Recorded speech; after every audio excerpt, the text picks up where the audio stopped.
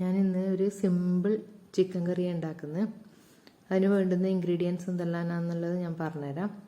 ഒരു തക്കാളി, ഒരു ഉള്ളി, ഒരു വലിയ ഉള്ളി, പിന്നെ വേണ്ടുന്നത് കറിവേപ്പില, മല്ലിച്ചപ്പ്, പച്ചമുളക് ഒരു 4 എണ്ണം, വെളുത്തുള്ളി, ഇഞ്ചി ഒരു കഷ്ണം ഇഞ്ചി. ഇനി ഞാനിത് കുക്കറിലാണ് ഉണ്ടാക്കുന്നത്. അതിനായിട്ട് ഒരു കുക്കർ അടുപ്പത്ത് വെക്കുക. കുക്കർ ചൂടാവുമ്പം അതിലേക്ക് 2 ടേബിൾ സ്പൂൺ വെളിച്ചെണ്ണ ഒഴിച്ച് കൊടുക്കുക. വെളിച്ചെണ്ണ ഒന്ന് നല്ലോണം ചൂടായിക്കോട്ട്. ചൂടായ വെളിച്ചെണ്ണയിൽ ഒരു കഷ്ണം കറുവപ്പട്ട ഇട്ട് കൊടുക്കുക. അതൊന്ന് ചൂടായി വന്നാൽ ഇതിലേക്ക് നമുക്ക് കുറച്ച് പൊടികൾ ഇട്ട് കൊടുക്കാം. മഞ്ഞൾപ്പൊടി ഇട്ട് കൊടുക്കുക.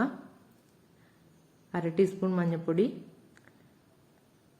മല്ലിപ്പൊടി 1.5 ടീസ്പൂണ്, ഇനി മുളക് പൊടി ഇട്ട് കൊടുക്കണം. മുളക് പൊടി 1.5 ടീസ്പൂൺ മുളക് പൊടി. എല്ലാം കൂടി നല്ലോണം മിക്സ് ചെയ്യുക. ചെറിയ തീയിൽ ആക്കി വെക്കണേ സ്റ്റൗ, ഇല്ലെങ്കിൽ കരിഞ്ഞു പോവും. പൊടികൾ കരിഞ്ഞു പോവാണ്ട് നോക്കണം. നല്ലോണം മിക്സ് ചെയ്യുക. ഇനി ഇതിലേക്ക് നമ്മൾ മുറിച്ച് വെച്ച ഇഞ്ചി, തക്കാളി, വെളുത്തുള്ളി, ഉള്ളി, പച്ചമുളക് അതെല്ലാം അതിലേക്ക് ഇട്ട് കൊടുക്കുക. ആ പൊടികളിലെല്ലാം കൂടി ഒന്ന് നല്ലോണം മിക്സ് ചെയ്യുക.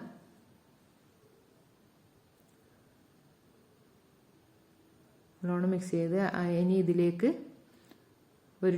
ഒരു ടീസ്പൂണ് കുരുമുളക് പൊടിയാണ് ഇട്ട് കൊടുക്കുന്നത്. നമുക്ക് നല്ലോണം എരിവാണെങ്കിൽ ഇതിൽ എല്ലാം പൊടികളെല്ലാം കുറച്ച് കൂട്ടിക്കൊടുക്കാം. കുറച്ച് കറിവേപ്പില ഇട്ട് കൊടുത്തിട്ടുണ്ട്. ഞാൻ കഴുകി വെച്ച ചിക്കൻ, ഒരു 3/4 കിലോ ചിക്കൻ അത്രയും ഉണ്ടാവുള്ളൂ. ചിക്കൻ എടുത്തിട്ട് അതിൽ ഇട്ട് കൊടുക്കുക. ഒന്ന് നല്ലോണം ഇളക്കിയിട്ട് അതിൻ്റെ അകത്തേക്ക് കുറച്ച് വെള്ളം ഒഴിച്ച് കൊടുക്കുക. അധികം വെള്ളം വേണ്ട. കുറച്ച് അധികം വെള്ളം ഒഴിച്ചാൽ പിന്നെ ഒരുപാട് അടിഞ്ഞു പോവും. കുക്കറിലാക്കുന്നതല്ലേ, അപ്പോൾ പെട്ടെന്ന് വെന്ത് കിട്ടുമല്ലോ. ചിക്കനും കുറച്ച് വെള്ളം ഉണ്ടാവും അതിൻ്റെ അകത്തേക്ക്. ഇനി വേണ്ടുന്നത് ഉപ്പാണ്. പാകത്തിന് ഉപ്പിട്ട് കൊടുക്കുക. കുക്കർ അടച്ചു വെക്കുക. ഒറ്റ വിസിൽ മാത്രമേ ആവണ്ടൂ. ഒരു വിസിലായാൽ അപ്പം തന്നെ ഗ്യാസ് ഓഫ് ചെയ്യണം. അപ്പോൾ ഇത് റെഡി ആയിട്ടുണ്ട്. ഇനി നമുക്ക് ഒരു ചട്ടി അടുപ്പത്ത് വെച്ച് അതിൽ വെളിച്ചെണ്ണ ഒഴിച്ച് കുറച്ച് ഉള്ളി ഇട്ട് കൊടുക്കാം. ഉള്ളി നല്ല മൂത്ത് വന്നിട്ടുണ്ട്. നമ്മൾ നേരത്തെ തയ്യാറാക്കി വെച്ച ചിക്കൻ ഇതിലേക്ക് ഒഴിച്ചു കൊടുക്കാം.